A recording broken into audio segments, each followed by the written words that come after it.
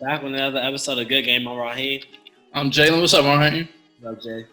Hey, no, man. Before we start, I just want to say thank you to all our viewers, subscribers. You know, you guys on this ride with us, and we appreciate y'all watching. Y'all our motivation to keep going. So today's guest is Brennan, aka Coach B.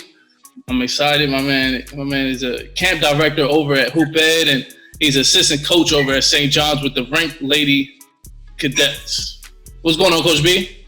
How you doing, fellas? What's going on, Jay? What's going on, Raheem? What's up, Coach B? All right. So we're gonna jump right into it. How'd you get into coaching?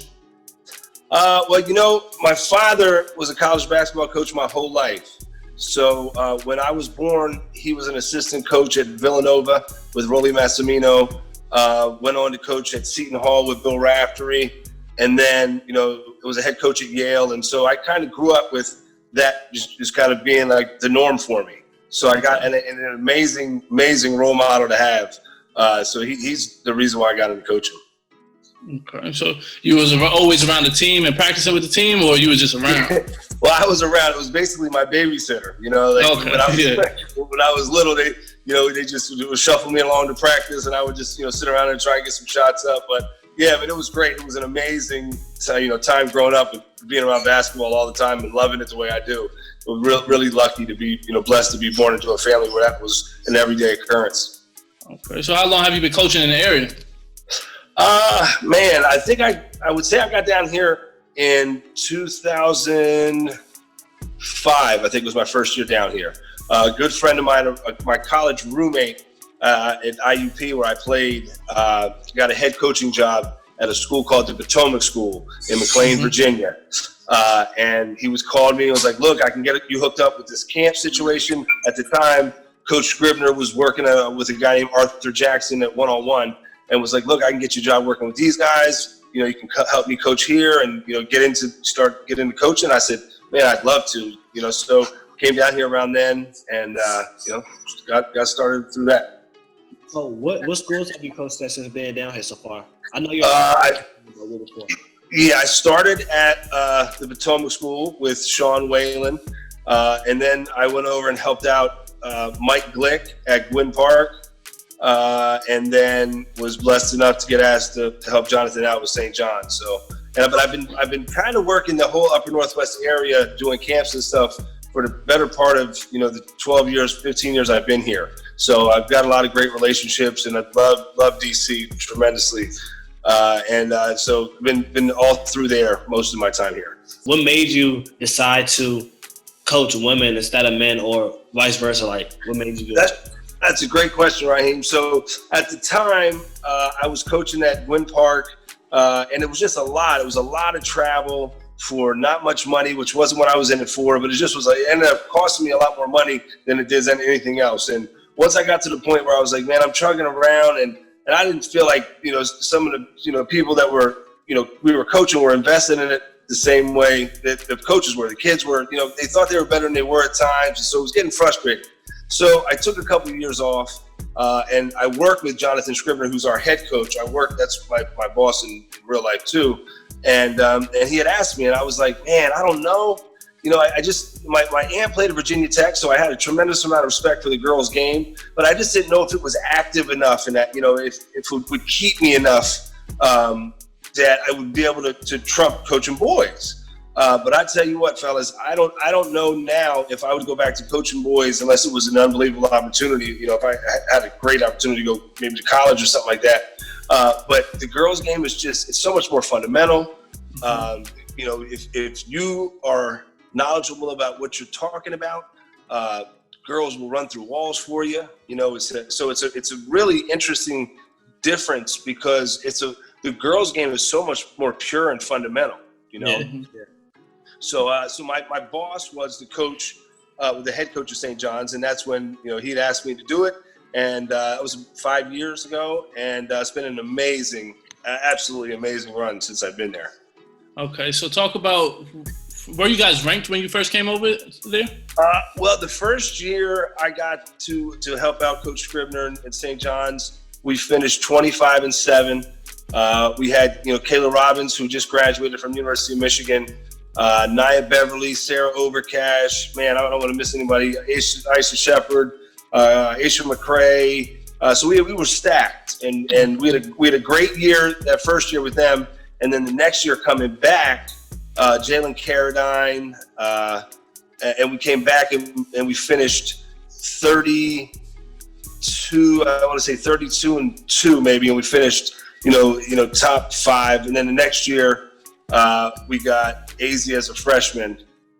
And that's we've had an unbelievable run with the group that we've had, and the one thing that's been really neat is that we haven't had a lot of depth at times, but we've had a group that just believes in each other and believes in what we were doing, and we've done a lot of great things with the kids, man. It's really fun when the kids buy into what you're doing, and that's what we have going on at St. John's. Mm-hmm. So we're gonna get into Azzi soon. I just want to ask you a quick question before we get into her, man. I just want to ask you: is it like what's the main difference between coaching a ranked high school team and a non-ranked high school team, if there's any difference in your opinion? Well, you know what? I'll say this, Jay. Coaching at St. John's, it forces our kids to be the best version of themselves as much as possible, because every single night people are coming for us. We've been a top 5 team in the country 3 out of the 5 years I've been with Coach Scribner. And so, we tell our kids that's the blessing of being at St. John's, is that you get a chance to challenge yourself every night. No days off, man. You gotta bring it in. The one thing that I appreciate Coach Scribner, what he does so much is that he just puts it on the line every night.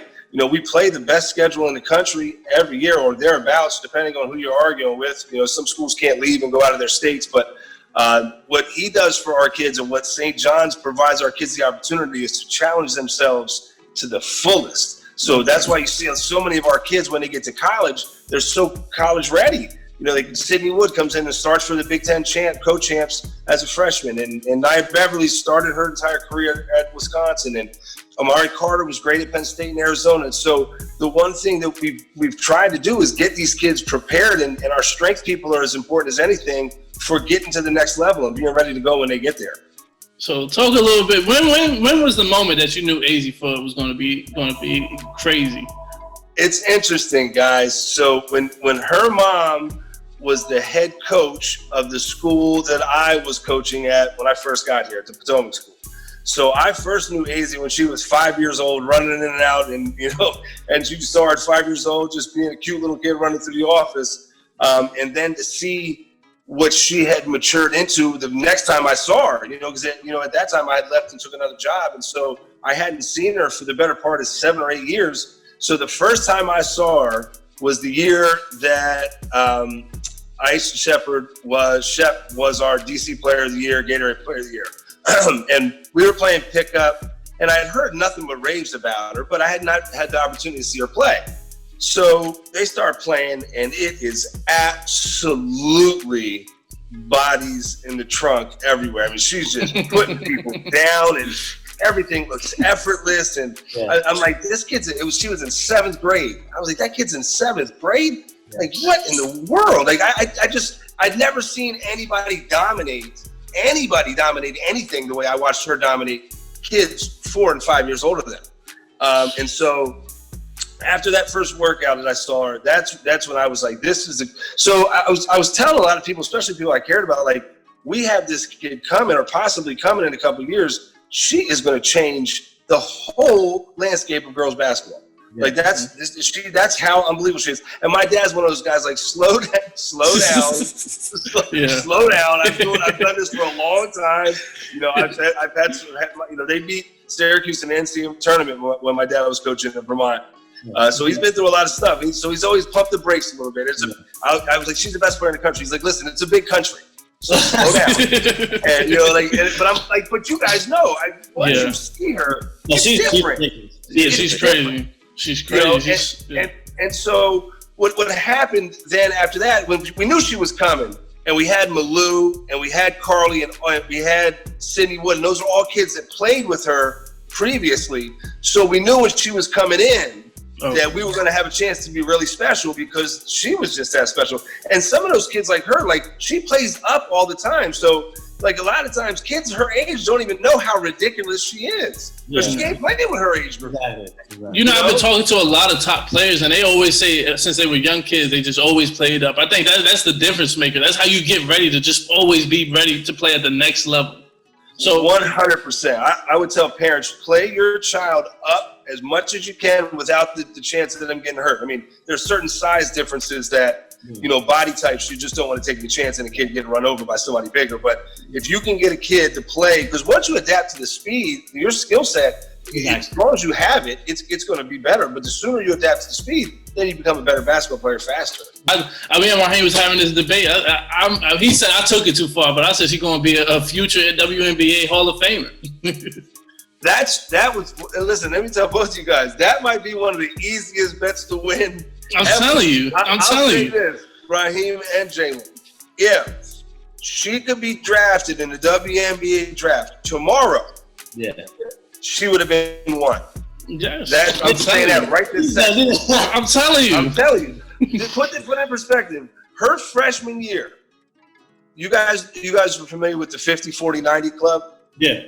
So it's very exclusive club. Steph Curry, Kevin Durant, Ray Allen, I think, is in there. Steve Nash. You shoot 50% from the field, 40% from the three, and 90% from the foul line. Well, her freshman year, she shot 50, 50, 90 with 109 makes from the three. God. And hold on, it gets way more disgusting. See, the thing about it, Jalen and Raheem, is as amazing as she is, she gets short-sighted on how ridiculous it is. Like, for her first 2 years, she not only was the best offensive player in the country, but she locked up everybody.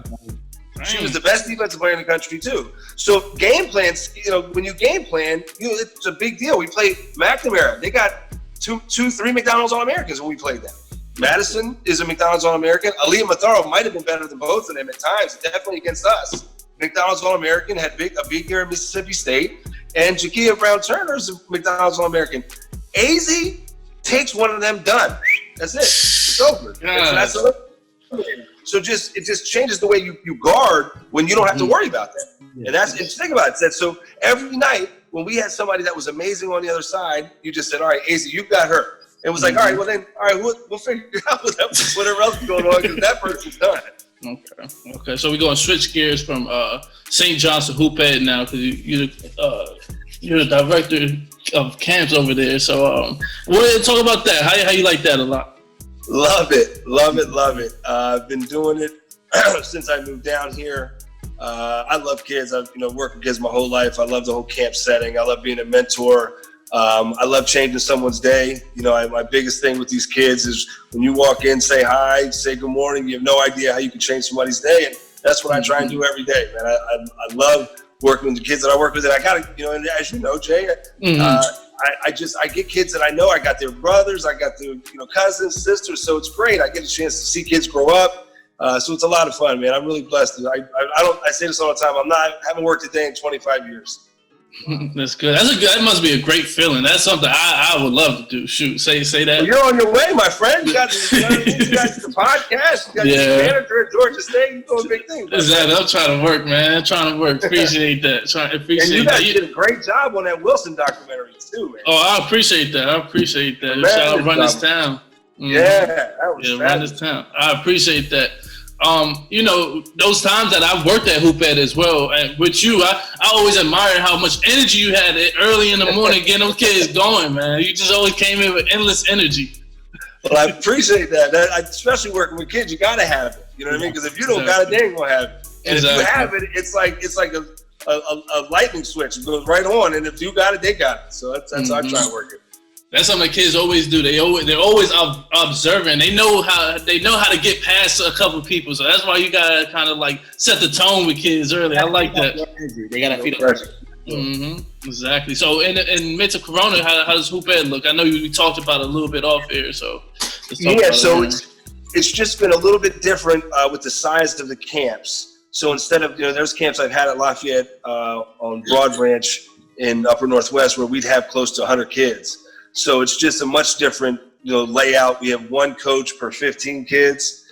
And so this week we have 34 kids. in ours, and we had like a team group of about 12 kids. So it's just a different landscape. We try and do a lot of stuff with the hand sanitizer, but we also told the parents there's not much you can do if we're going to be playing sports. It's going to be contact of some sort. So the parents have been great. They've been checking in, but we've been wearing masks when we're inside and letting them play when they're outside. So it's been a good test run the first 2 weeks. Have you guys been able to do like basketball things like that, or? Well, we've been doing a lot more stuff, field stuff.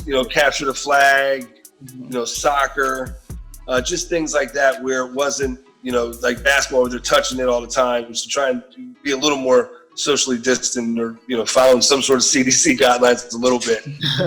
But again, we also say this: we're playing sports, we're playing kickball, we're playing dodgeball. Yeah. So if hopefully you're healthy and practicing what you're supposed to be practicing at home, and then there's no worry when you come to camp and doing things the right way.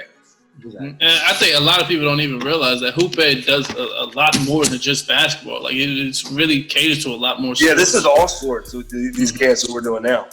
Okay, cool. So before we get out of here, you got anything you want to promote or say? I don't, man. I really appreciate the opportunity of being on, man. I like watching what you guys did, and I wish you guys the best of luck moving forward. Thank you so much. We were definitely happy to have you for sure. Much appreciated, my friend. Thanks for coming on, Coach B. That's another episode of Good Game. I'm Jalen. All right. Don't forget to like and subscribe, man. Peace.